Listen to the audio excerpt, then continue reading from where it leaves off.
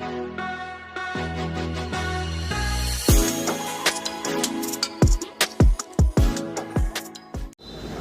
Friends, हम लोग शुरू करते हैं अब क्लास 10th NCERT एक्सरसाइज 1.1 का क्वेश्चन नंबर 5 देखते हैं।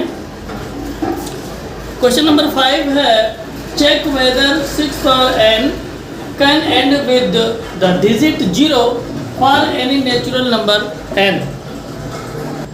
तो देखिए स्टूडेंट्स, आप लोगों को मैं बता दूं कि ये क्वेश्चन आपका बहुत ही इम्पोर्टेंट है, इसको बहुत ध्यान से समझें। क्वेश्चन में कुछ नहीं है, बस थोड़ा सा कॉन्सेप्चुअल है। कॉन्सेप्ट आप समझ लेंगे तो क्वेश्चन आराम से सॉल्व हो जाएगा। ठीक है, यहाँ पर आपका देखिए गिवन क्या है, check whether 6 power n can end with the digit 0 for any natural number n। मतलब ये है कि 6 power n जो है, क्या ये कभी ऐसी कंडीशन हो सकती है कि इसका एंड 0 से हो। तो n की हम कोई भी वैल्यू रखें, ठीक है ना, n की हम कोई भी वैल्यू रखें, लेकिन 0 आना तो बेहद मुश्किल है। ठीक है ना, तो इसको सॉल्व करने के लिए सबसे बड़ी चीज़ एक ये है, कैसे हम इस चीज़ को प्रूव करें, चेक करें कि ये जो कह रहा है कि डिजिट 0 से एंड इसका होगा या नहीं होगा। तो चलिए आगे बढ़ते हैं, और इतना ये जो है इसको एक बार हम सॉल्यूशन में नोट कर लेते हैं। ठीक है, इसको पहले सॉल्यूशन में नोट कर लेंगे। 6 power n can end with 0 with the digit 0 for any natural number, ठीक है, n। क्लियर? तो आप इस चीज को याद रखें कि 0 डिजिट का होने का मतलब यही है कि आखिरी में अगर 0 होगा तो उसके लिए जरूरी ये हो जाता है कि एक तो 2 से वो डिविजिबल होना चाहिए और 3 से डिविजिबल होना चाहिए, यानी उसके जो प्राइम नंबर्स होना चाहिए वो 2 और 5 होने चाहिए। तो एक काम करते हैं, हम लोग 6 के प्राइम फैक्टराइजेशन कर लेते हैं। क्या कर लेते हैं? 6 के प्राइम फैक्टराइजेशन कर लेते हैं। 6 के प्राइम फैक्टराइजेशन करेंगे तो क्या हो जाएंगे, ध्यान से देखें। 2 3 जा 6 और 3 1 जा 3, यानी हमारे हो गए 2 × 3। इसमें आप देख रहे हैं कि 2 तो आ जा रहा है लेकिन 5 नहीं है। क्या है? 2 आ जा रहा है क्योंकि 0 लास्ट में, यानी कि कोई भी नंबर अगर 0 से एंड होता है तो वो नंबर 2 से और 5 से दोनों से डिविजिबल होता है, यानी प्राइम फैक्टराइजेशन किया जाएगा तो 2 और 5 दोनों ही आएंगे। लेकिन यहाँ पर हम प्राइम फैक्टराइजेशन कर रहे हैं तो 2 तो आता है लेकिन 5 नहीं आता है। इस वजह से जो 6 power n है, ये किसी भी n की जगह पर कोई भी नेचुरल नंबर रख देंगे, ये क्या होगा, इसका एंड जो डिजिट होगा वो 0 नहीं होगा। ठीक है, तो आप इसको लिख सकते हैं। तो यहाँ पर लिखेंगे 6 power n can end with 0 if 2 and 5 are its prime factors. ठीक है, क्लियर? 6 power n यानी n का कोई भी वैल्यू आप रख दें, उसका उस नंबर का एंड डिजिट तभी 0 होगा जब वो नंबर 2 और 5 से डिविजिबल होगा, यानी उसके जो प्राइम फैक्टर्स होंगे वो 2 और 5 होंगे। लेकिन यहाँ पर जो है 2 तो है लेकिन 5 नहीं है, तो यहाँ पर हम क्या लिख सकते हैं, सिंस since 5 is not, ठीक है, 5 is not a prime factor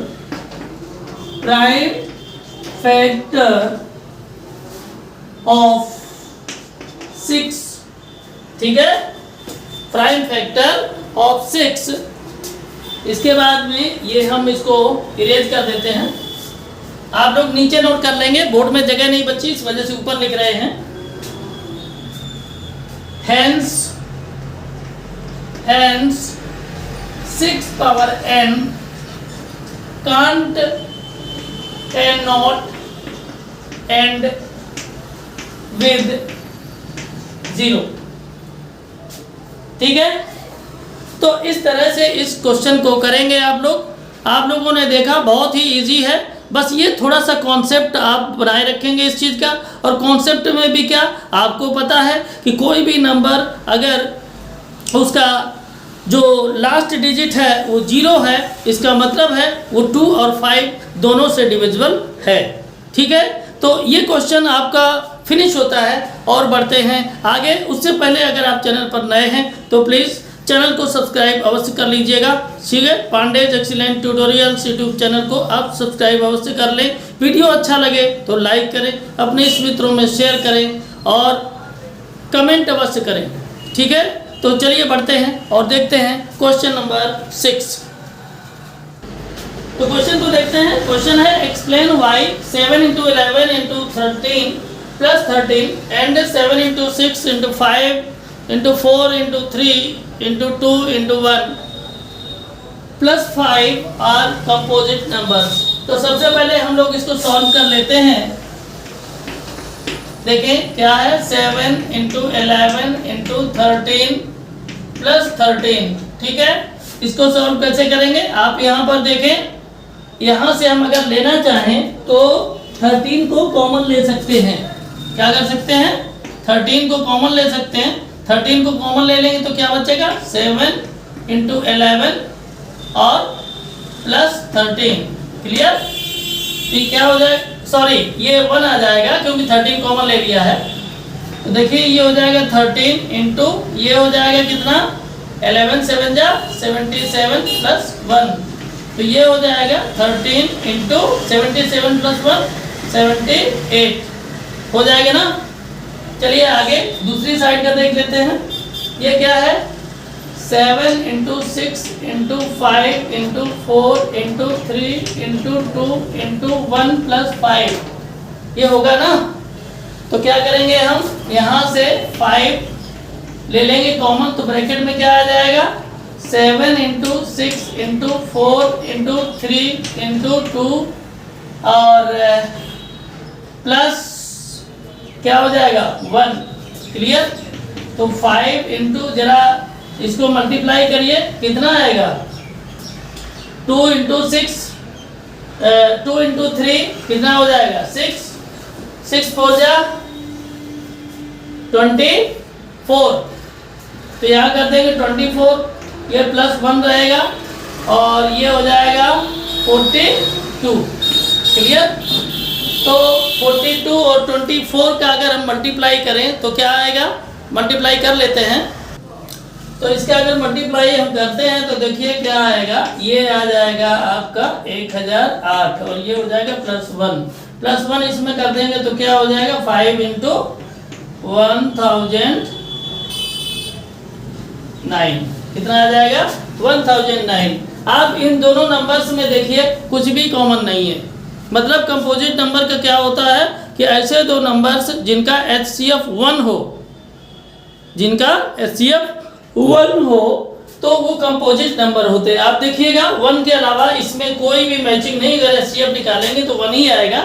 इस वजह से ये दोनों नंबर्स क्या होंगे, कंपोजिट होंगे। तो लिखेंगे कि both numbers are composite number, ठीक है। Both numbers are composite number. Clear? तो इस तरीके से ये क्वेश्चन आपका हो गया क्लियर। आप इसको लिख लें, अच्छे से समझ लें, शायद आप लोगों को बहुत अच्छे से समझ में आ गया होगा। ठीक है, तो बढ़ते हैं अब नेक्स्ट क्वेश्चन की तरफ, यानी क्वेश्चन नंबर 7। ये रहा क्वेश्चन नंबर 7। क्वेश्चन नंबर 7 है, there is a circular path around a sports field. Sonia takes 18 minutes to drive 1 round of the field, while Ravi takes 12 minutes for the same. Suppose they both start at a same point and at the same time and go in the same direction. After how many minutes will they again at the starting point? तो इस question में देखिए बहुत ज़्यादा कुछ है नहीं, बस थोड़ा सा समझ लेंगे क्वेश्चन हो जाएगा। ध्यान से देखें, यहाँ पर जो रवि है वो 12 मिनट्स लेता है फील्ड के एक राउंड कंप्लीट करने में, और सोनिया 18 मिनट्स। क्लियर? तो अब कहा गया है कि कितने मिनट के बाद या कितने समय के बाद ये दोनों आपस में उसी पॉइंट पर मिलेंगे। ठीक है, तो इसके लिए क्या किया जाएगा? इसके लिए करना आपको ये पड़ेगा कि दोनों ही जो नंबर्स हैं, यानी 18 मिनट्स हैं और 12 मिनट्स हैं, इनका एलसीएम फाइंड कर लीजिए। क्या कर लेंगे? एलसीएम फाइंड कर लेंगे। तो देखिए एलसीएम फाइंड कर लीजिए, ध्यान से देखें, 18 का और 12 का। क्लियर? तो देखिए 2 से कट करेंगे तो दोनों कट हो जाएंगे, 2 9 जा 18 और 2 6 जा 12। क्लियर? इसके बाद में क्या करेंगे? 2 से आपका 6 कटेगा, 9 नहीं, तो जो 2 से डिवाइड नहीं होगा उसको एज इट इज नोट कर लेंगे, और जो डिवाइड होगा उसको डिवाइड कर 2 3 जा 6। क्लियर? अब क्या करेंगे?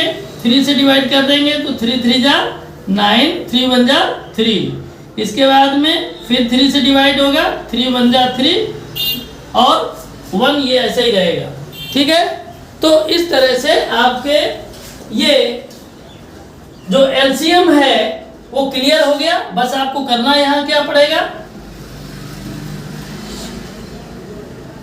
कि इनका जो नंबर्स हैं जिससे ये डिवाइड हुए हैं उनका प्रोडक्ट फाइंड करना है। तो लिखेंगे यहाँ पर LCM 18, 12 equal to 2 into 2 into 3 into 3।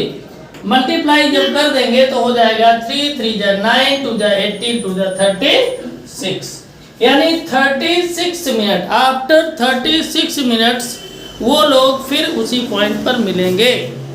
ठीक है ना? 36 मिनट के बाद वो दोनों ही, कौन?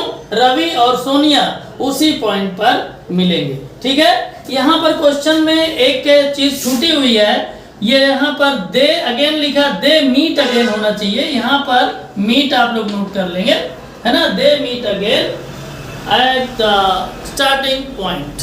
क्लियर? तो देखिए क्वेश्चन एकदम आसान था, कोई प्रॉब्लम इस क्वेश्चन में नहीं है। ठीक है, तो ये क्वेश्चन आपका हो गया फिनिश, और इसी के साथ आपकी एक्सरसाइज नंबर 1.1 भी फिनिश हो गई। ठीक है, अगले वीडियो में हम लोग मिलेंगे एक बहुत ही इम्पोर्टेंट एक्सरसाइज के साथ, उसमें बहुत ही क्रूशियल क्वेश्चंस को करेंगे, जिसमें कि आपके एग्जाम में एक क्वेश्चन उस एक्सरसाइज से जरूर आता है। ठीक है, तो चलिए आज इस वीडियो में इतना ही, फिर मिलेंगे, तब तक के लिए जय हिंद जय भारत।